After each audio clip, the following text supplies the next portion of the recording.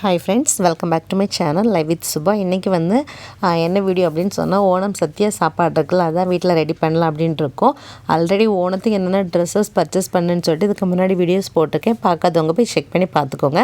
இது வந்து 3 டேஸாகவே இந்த சமையல் வந்து ஸ்டார்ட் ஆகிடுச்சு. புதன்கிழமை போய் ஈவினிங் வந்து வெஜிடபிள்ஸ் எல்லாமே வாங்கிட்டு வர ஆரம்பிச்சிட்டோம். ஏன்னா தேர்ஸ்டே ஈவினிங்லேருந்தே சமைக்க வேண்டியது இருந்தனால எல்லா காய்கறியுமே வாங்கிட்டு வந்தோன்னா திரும்ப கொஞ்சம் காய்கறிகள் மட்டும் தேர்ஸ்டே வாங்க வேண்டியதுருந்துச்சு. அதுக்கப்புறம் இது தேர்ஸ்டே நைட்டு சில குழம்பு கூட்டு எல்லாமே வந்து முந்தின நாளே சமைச்சு வைக்கணும்னு சொல்லியிருந்தாங்க. நாங்கள் ஃப்ரைடே தான் வந்து வீட்டில் வந்து சாப்பாடு ரெடி பண்ணிகிட்டு இருந்தோம். ஏன்னா ஃப்ரெண்ட்ஸ் கொஞ்சம் பேர் இன்வைட் பண்ணியிருந்தோம். ஏன்னா ஃப்ரைடே தான் இங்கே எல்லாருக்கும் லீவ் இருக்கிறதுனால சரி ஓகே ஃப்ரைடேவே பண்ணிக்கலாம் அப்படின்னு சொல்லிட்டு, அப்போ நைட்டு என்னெல்லாம் வந்து பண்ணோன்னா, இஞ்சி தீயல் இருக்குல்ல அதுவும், அப்புறம் புளிச்சேரி, அப்புறம் இன்னொன்று வந்து வெண்டைக்காய் மோர் குழம்பு, அந்த மாதிரி கொஞ்சம் ஒரு 4 ஐட்டம்ஸ் வந்து நைட்டு பண்ணி வச்சுருந்தோம். அதுக்கு ஃபஸ்ட்டு சேச்சி வந்து இஞ்சியெல்லாம் நல்லா திருவிட்டு இருந்தாங்க. சாப்பரில் போட்டு நல்லா சாப் பண்ணிவிட்டு அதை வந்து நல்லா வந்து கொஞ்சம் தேங்காய் விட்டு அதை நல்லா ஃப்ரை பண்ணிக்கணும். அது அங்கே ஃப்ரை ஆகிட்டு இருக்கும்போது இது வெள்ளை பூசணி இருக்குல்ல, இது வந்து புளிச்சேரி பண்ணுறதுக்காக அவங்க கட் பண்ணிகிட்டு இருந்தாங்க. மேக்ஸிமம் தோல் மட்டும்தான் நாங்கள் கட் பண்ணி கொடுத்தோம். வெஜிடபிள்ஸ் எல்லாமே கட் பண்ணது அவங்க. ஏன்னா அவங்க கட்டிங் வந்து கொஞ்சம் டிஃப்ரெண்ட்டாகவே இருக்கும். நம்ம நார்மலாக கட் பண்ணுறதுக்கும் அவங்க வந்து கட் பண்ணுறதுக்கு டிஃப்ரெண்ட் இருக்கும். அதே போல் சாம்பாருக்கு ஒரு டைப்பாக கட் பண்ணுவோம், அவியலுக்கு ஒரு டைப்பாக கட் பண்ணுவோம். இப்போ வந்து அந்த புளிச்சேரி வைக்கிறதுக்காக அந்த வெள்ளை பூசணி இருக்குல்ல, அதுவும் கொஞ்சம் மிளகாப்பொடி மல்லிப்பொடி எல்லாம் போட்டு குக்கரில் நல்லா வந்து வேக வச்சுட்டு இருந்தாங்க. இது வேக வைக்கும்போது பக்கத்தில் வந்து இஞ்சியும் வந்து அதில் கொஞ்சம் கருவேப்பிலை பச்சை மிளகாலாம் போட்டு நல்லா வந்து ஃப்ரை பண்ணிகிட்டு இருந்தாங்க. புளிச்சேரிக்கு திரும்பி அரைக்கிறதுக்காக தேங்காய், ஜீரகம், கொஞ்சமாக வந்து வெந்தயம், பூண்டு இதெல்லாம் போட்டு நல்லா ஃபைனாக அரைச்சி வைக்க சொல்லிட்டாங்க. அதையும் வந்து நல்லா அரைச்சி வச்சுட்டு இருந்தோம். இங்கே வந்து இஞ்சி ரெடி ஆகிட்டு, இஞ்சி ரெடி ஆனதுக்கப்புறம் அவங்க கொஞ்சம் மசாலா வறுத்து கொண்டு வந்திருந்தாங்க. தேங்காய் அந்த பச்சை மிளகாலாம் போட்டு வறுத்து கொண்டு வந்திருந்தாங்க. அதுவும் இருந்துச்சு. ஹஸ்பண்ட் அப்போ தான் ஒர்க் ஷாப்பில் வந்திருந்தாங்க. அவங்களையும் பிடிச்சி விட்டுட்டு வெஜிடபிள் கட் பண்ண வச்சுட்டோம். அவங்களும் ஒர்க் ஷாப் ட்ரெஸ்ஸோடு இருந்து கட் பண்ண ஆரம்பிச்சிட்டாங்க. அந்த வந்து அந்த வாழைக்காயில் தோலை வந்து ஃபுல்லாகவே எடுத்துடணுமா, அது அவங்களுக்கு தான் தெரியும். அதுக்கப்புறம் கொஞ்சம் தயிர், அந்த புளிச்சேரிக்கு தயிரும் வந்து நல்லா மிக்சியில் வந்து ஒரு ஓட்டி எடுத்தாச்சு. அப்போ இங்கே ரெடி ஆகிட்டு இருக்கும்போது நம்ம அரைச்சி வச்சுருந்தோம்ல ஆல்ரெடி, அந்த பேஸ்ட்டும் போட்டுட்டு தயிரும் போட்டுட்டு, ஆனால் வந்து எல்லாத்துலேயுமே சேச்சி கொஞ்சம் வந்து என்ன பண்ணுறாங்க, சுகர் ஆட் பண்ணுறாங்க. ஒயிட் சுகர், சால்ட்டும் போடுவாங்க. லைட்டாக வந்து சுகர், இந்த குழம்பு ஐட்டத்துக்கு எல்லாமே சுகர் லைட்டாக போடும்போது நல்லா இருக்குன்னு சொல்லி சொன்னாங்க, ஒரு டிப்ஸு. அதுக்கப்புறம் இன்னொன்று என்ன பண்ணாங்கன்னா, எல்லாத்துலேயுமே தண்ணி தேவைப்படும் போது ஹாட் வாட்டர் தான் விட்டாங்க. எப்போவுமே கெட்டில் தண்ணி சூடு பண்ணிகிட்டே இருக்கணும். சூடு பண்ணி கெட்டில் தான் விட்டுட்டு இருந்தாங்க. இதுவும் இப்போ ரெடி ஆகிடுச்சு. ஆல்ரெடி நம்ம அரைச்சிச்சு பேஸ்ட்டு, அப்புறம் தயிர் எல்லாம் விட்டால் ரெடி ஆகிடுச்சு. இது அடுத்த குழம்புக்கு இஞ்சி தீயல் இருக்குல்ல, அதுக்கு அந்த மசாலா ஐட்டத்தை அரைச்சிட்டு வர சொன்னாங்க. வறுத்து வச்சிருந்த தேங்காய், அதுக்கப்புறம் மிளகாப்பொடி மல்லிப்பொடி அதெல்லாமே லேசாக வதக்கி தான் வந்து அரைக்க சொல்லியிருந்தாங்க. இனி வந்து புளிச்சேரிக்கு இதுவும் வந்து தாளித்து விட்டாச்சு. அதோடு அது ரெடி ஆகிடுச்சு. அதுக்கப்புறமா வந்து இஞ்சி தீயலுக்கு ஒன்றுனா, ஏன்னா வந்து பக்கத்துலேயே வந்து 2 அடுப்பு இருக்கிறனால ஃபாஸ்ட்டாக வந்து செய்துட்டே இருந்தாங்க. ஏன்னா நைட்டு 8 o'clock வந்து 11 o'clock தான் போயிருந்தாங்க. ஏன்னா இது ஃபஸ்ட் டைம் எங்களுக்கும் சமைக்கிறது. இதுக்கு முன்னாடி நாங்கள் இந்த மாதிரி சமைச்சது கிடையாது. ஃபஸ்ட் டைம் தான் இந்த மாதிரி நாங்களும் செய்கிறோம். அதுக்கப்புறமா வந்து இந்த இஞ்சி தீயலுக்கு வந்து வறுத்து போட்டுட்டாங்க. எல்லாத்தையுமே வறுத்து அதில் வந்து வறுக்கிறதுல என்ன பண்ணாங்கன்னா, பச்சை மிளகாய், கருவேப்பிலை, காஞ்ச மிளகாய் எல்லாமே போட்டு வறுத்துட்டு நம்ம ஆல்ரெடி அரைச்சி வச்சுருந்தோம்ல பேஸ்ட்டு, அதுவும் போடுறாங்க. இதில் என்ன பண்ணுவாங்க சொன்னால், வறுத்து வச்சுருக்கிறதுல கொஞ்சம் கொஞ்சம் வறுத்து வச்சதை வந்து ஃப்ரெஷ்ஷாகவே அதெல்லாம் போடுவாங்க. போட்டுட்டு நல்லா உப்பெல்லாம் போட்டு எடுத்தாங்க. ஆனால் ரொம்ப டேஸ்ட்டாக இருந்துச்சு. அவங்க சமையல் மேக்ஸிமம் மலையாளிஸ் நல்லா சமைப்பாங்கல்ல, இந்த சேச்சி நல்லா சமைச்சது. டேஸ்ட்டு வந்தவங்க எல்லாருமே சொன்னாங்க, சாப்பாடெல்லாம் அவ்வளோ நல்லா இருந்துச்சு அப்படின்னு சொல்லிட்டு. அதே போல் வாழைக்காவை கட் பண்ணி கொஞ்சம் மஞ்சள் பொடி போட்டு நம்ம தண்ணியில் வச்சுட்டோன்னா அது கரை பிடிக்கல. சிலவங்க உப்பும் போடுவாங்க, இவங்க மஞ்சள் பொடி மட்டும்தான் போட்டாங்க. வாஷ் பண்ணதை பார்த்திங்கன்னா, நம்ம துணி துவைக்கிற போல் சோப்பு போட்டு வாஷ் பண்ணுவோம்ல, அந்த மாதிரி அவங்க 2 கை வச்சு வாஷ் பண்ணியிருந்தாங்க. நல்லா நீட்டாக குக் பண்ணியிருந்தாங்க. அதுக்கப்புறம் லெமனில் வந்து ஊறுகாய் போடலன்னு தான் பிளான் பண்ணியிருந்தோம்.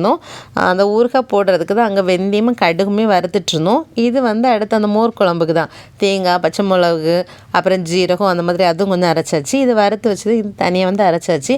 அதுக்கப்புறம் வாழைக்காய் குக்கரில் வேக வச்சுட்டாங்க. வாழைக்காய், மஞ்சள் பொடி, கருவேப்பிலை எல்லாம் போட்டு அதுவும் தனியாக அங்கே குக்கரில் வந்துட்டுருந்தேன்.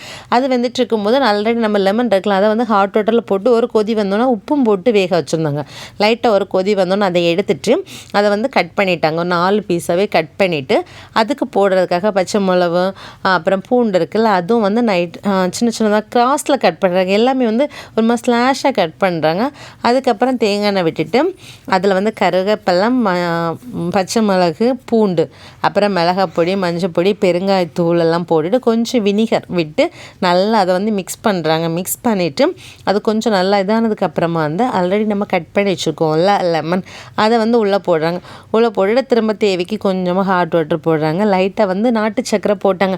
ஏன்னா பயங்கர கசப்பு, இது குட்டி லெமனா பயங்கர கசப்பு. அப்புறம் சொன்னாங்க சரி கொஞ்சம் டேட்ஸ் போடுன்னு சொல்லிட்டு அது ஒரு டேட்ஸ் எல்லாம் போட்டு ஒரு வித்தியாசமானது ஒரு ஜாம் மாதிரி ஆயிடுச்சு. அதுக்கப்புறம் பார்த்தா கசப்பு இனிப்பு எல்லாம் மிக்சடாகவே அது ஒரு டைப்பான ஊறுகாய் ஆயிடுச்சு.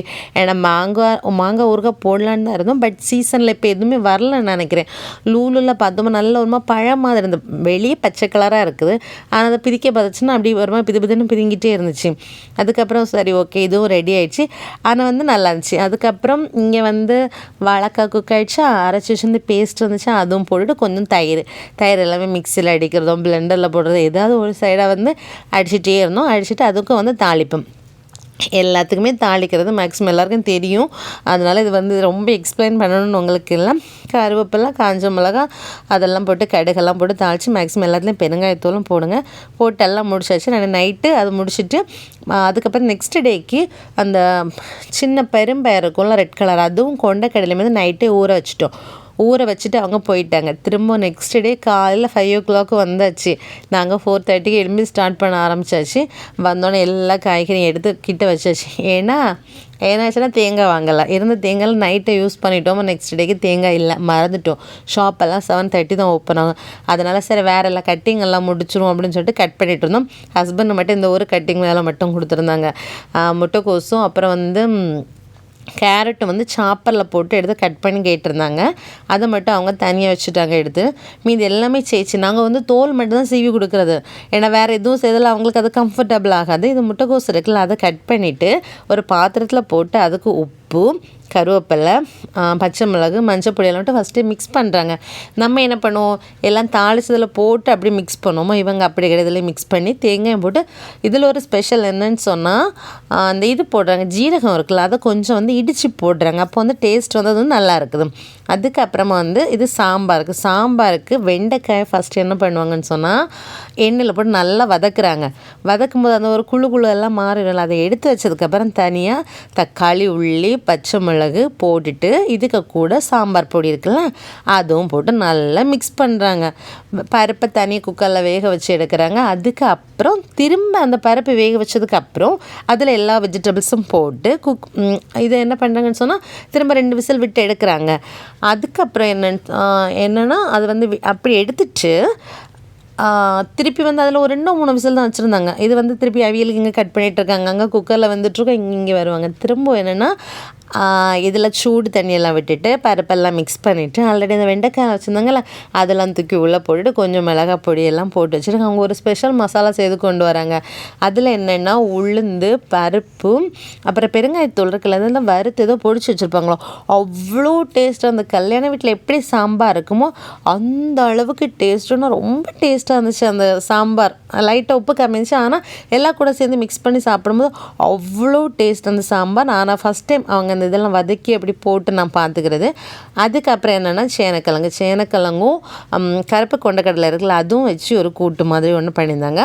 அப்புறம் இது வந்து நம்ம மஞ்சள் பூசணி இருக்கும்ல, அதுவும் அந்த பெரும்பயிறு மஞ்சள் பூசணி தனியாக வேக வச்சு பெரும்பயிறு இருக்குல்ல, அதுவும் போட்டுட்டு தேங்காய், இஞ்சி, பச்சை மிளகு, அப்புறம் பூண்டு, ஜீரகம் இதெல்லாம் போட்டு நல்லா வந்து மிக்ஸ் பண்ணிவிட்டு இது பண்ணுறாங்க. ஆனால் அது வந்து ஃபஸ்ட்டு கொஞ்சம் பெரும்பயிரெல்லாம் போட்டு மிக்ஸ் பண்ணிவிட்டு திரும்ப வந்து என்ன பண்ணுறாங்கன்னா கொஞ்சம் பயரை தனியாக வச்சுருக்காங்க. அதெல்லாம் மிக்ஸ் ஆனதுக்கப்புறம் தான் எடுத்து போட்டு இந்த மசாலாவும் போட்டு நல்லா நீட்டாக இது பண்ணி மிக்ஸ் பண்ணிட்டு சால்ட்டு போடுறாங்க, சுகர் போடுறாங்க. ரெண்டுமே போட்டுட்டு வறுத்து வைக்கிறாங்கல்ல, அதில் திரும்ப கொஞ்சம் வறுத்தது தூக்கி இதுக்குள்ளாடி போடுறாங்க.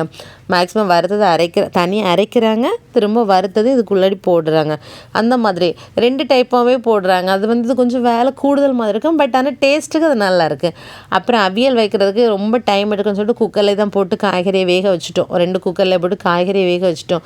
ஏன்னா வந்து டைம் இல்லை, ஏன்னா ஒரு கேஸ் ஸ்டவ்வில் வச்சு நம்ம பண்ண முடியாது. திரும்ப என்ன பண்ணிட்டேன், கரண்ட் அடுப்பை தூக்கலான்னு சொல்லிட்டு கரண்ட் அடுப்பில் அடுப்புலையும் வச்சு ஒவ்வொரு பக்கமாக சமையல் போயிட்டு இருந்து அவியலுக்கு மஞ்சள் பொடியும் உப்பும் போட்டு நல்லா வேக வச்சாங்க. தண்ணி கொஞ்சம் எக்ஸ்ட்ரா வந்தோன்னா அது தனியாக வந்து கொஞ்சம் தேங்காய், பச்சை மிளகு, உள்ளி, அப்புறம் என்ன தக்காளி இதெல்லாம் போட்டு வதக்குறதுல அந்த தண்ணியை விட்டுட்டு அதை கொஞ்சம் ஃபஸ்ட்டு அந்த தண்ணியெல்லாம் வற்ற வச்சு எடுத்ததுக்கப்புறம் தான் திருப்பி காய்கறியை போடுறாங்க. காய்கறியை போட்டுட்டு கொஞ்சமாக தான் வந்து பச்சை மிளகு இஞ்சி எல்லாம் போட்டு பச்சை மிளகெல்லாம் போட்டு அடிச்சதை போடுறாங்க. அல்லாமல் தேங்காய் வந்து ஃப்ரெஷ்ஷாக அப்படி தான் போடுறாங்க.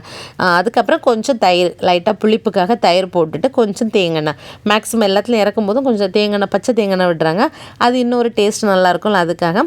அதே போல் பருப்பு எதுக்கு வறுத்தாங்கன்னு சொன்னால் பருப்பு குழம்புக்கு வறுத்து போட்டு அதோட ஒரு மசாலா நேரம் கெட்டு போகாமல் இருக்கும்ல அதுக்காக வேண்டி அவங்க அப்படி பண்ணிவிட்டு அதில் வந்து கொஞ்சம் தாளிச்சு மட்டும்தான் விட்டாங்க. தேங்காய் எதுவுமே தேங்காய், பச்சை மிளகு, ஜீரகம் அது அவ்வளோ வறுத்து போட்டாங்க. அதுக்கப்புறம் சேனக்கிழங்கு இருக்குல்ல, சேனக்கிழங்கு குக் பண்ணியிருந்தாங்கல்ல அதை வந்து கொண்டக்கடலையை கூட சேர்த்து போட்டு நல்லா மிக்ஸ் பண்ணி இதுலேயும் தேங்காய் வறுத்து போட்டு எடுத்துட்டாங்க. அவ்வளோதான். இதில் அரைக்கலாம் தேங்காய் வறுத்து போடுறது 2 டைம்ஸாக போடுறாங்க. சால்ட்டும் போடுறாங்க, சுகரும் போடுறாங்க. இது சால்ட் எது போட்டாங்க, சுகர் எப்போ போட்டாங்கன்னு தெரியுது. ஆனால் ரெண்டும் போடுவாங்க. வீடியோவில் எது கவர் ஆகுதுன்னு எனக்கு தெரியல. அதுக்கப்புறம் திருப்பி கொஞ்சம் கொஞ்சமாக அந்த மசாலா போடுதாங்க. சைடில் வந்து சோறு வெந்துகிட்டே இருந்துச்சு. அதுக்கப்புறம் பீட்ரூட் பச்சடி, இது உங்களுக்கு தெரியும். பீட்ரூட் பச்சடி, வெள்ளரிக்காய் பச்சடி எல்லாம் வைக்கிறது உங்களுக்கு எப்போவுமே தெரியும். அது ரெண்டு பக்கத்தில் ரெடி ஆகிட்டே இருந்துச்சு. அதுவும் அவ்வளோ டேஸ்ட்டாகவே இருந்துச்சு. அதுக்கப்புறமா வந்து அடை பாயசம் வச்சுருந்தோம், பால் பாயசம் வச்சுருந்தோம். இவ்வளோ எடுக்க தான் என்னோடய வீடு கேமரா ஃபோனில் வந்து சார்ஜ் இருந்தது. அதுக்கப்புறம் சார்ஜும் இல்லை, எடுக்க முடியல. தேங்காய் பால்லாம் பக்கத்தில் எல்லாமே ரெடி பண்ணி வச்சுட்டோம் பாயசத்துக்கு எல்லாமே. இங்கே பக்கத்தில் பார்த்திங்கன்னா பாயசமாக ரெடி ஆகிடும். ஏன்னா பால் பாயசம் ஒரு பசும்பால் வச்சு செய்தாங்க. அடை பாயசம் வந்து ஃபுல்லாக வந்து தேங்காய் பால் வச்சு தான் செய்திருந்தாங்க. அப்புறம் வந்திருந்தவங்களுக்கு எல்லாமே ஒரு ரிட்டன் கிஃப்ட்டும் கொடுத்துருந்தோம். அது வந்து எல்லாருக்குமே ரொம்ப பிடிச்சிருந்தது. ரிட்டன் கிஃப்ட்டுக்குள்ளாடி என்னன்னு சொல்லிட்டு நான் நெக்ஸ்ட் வீடியோவில் போடுறேன். ஜஸ்ட் பேக்கிங் மட்டும் தான் காமிச்சிருந்தேன். வந்த கெஸ்ட்டுக்கு எல்லாமே வந்து எல்லாருமே இலை போட்டு சாப்பாடு கொடுத்தோம். லூலூவில் மட்டும்தான் இலை கிடச்சிச்சு, வேறு எங்கேயுமே கிடைக்கல. குட்டி பிள்ளைய ஃபஸ்ட் டைம் இலையில சாப்பிட்ருந்தா அவளுக்கு வந்து அது ரொம்ப பிடிச்சிருச்சு. ஜாலியாக இருந்து சாப்பிட ஆரம்பிச்சிட்டான். என்னோடய சேனல் உங்களுக்கு பிடிச்சிருன்னு சொன்னால் லைக் பண்ணி, ஷேர் பண்ணி, சப்ஸ்கிரைப் பண்ணுங்கள். யாருக்கு அந்த ஓணம் சத்யா சாப்பாடு செய்யணும்னு சொன்னால் இதை பார்த்து நீங்கள் செய்யுங்க. பார்த்தீங்கன்னா இதுவே எல்லாம் அவ்வளோ கலர்ஃபுல்லாக இருந்து. அப்புறம் நாங்கள் எல்லாம் சாப்பிட்டு முடிச்சோம். சேச்சி வர கொஞ்சம் லேட் ஆகிடுச்சு. அப்புறம் சேச்சி ஹஸ்பண்டுமா வந்து சாப்பிட்டாங்க. நாங்களும் வீடியோ எடுத்துகிட்டு ஜாலியாக போயிருந்தோம். பட் சாப்பாடு அவ்வளோ டேஸ்ட்டாக இருந்துச்சு. சேச்சிக்கு ஸ்பெஷல் தேங்க்ஸ். அப்புறம் வந்தவங்களுக்கு இதுதான் கிஃப்ட் கொடுத்துருந்தோம். இந்த மாதிரி பேக்கிங் இதுக்குள்ளாடி என்ன இருக்குன்னு நான் உங்களுக்கு நெக்ஸ்ட் வீடியோவில் சொல்கிறேன். அதுக்கப்புறம் எல்லோரும் வீட்டில் ஃபேமிலியாக சேர்ந்து ஃபோட்டோ எடுத்துருந்தோம். என்னோடய சேனல் பிடிச்சா லைக் பண்ணுங்கள். தேங்க்யூ.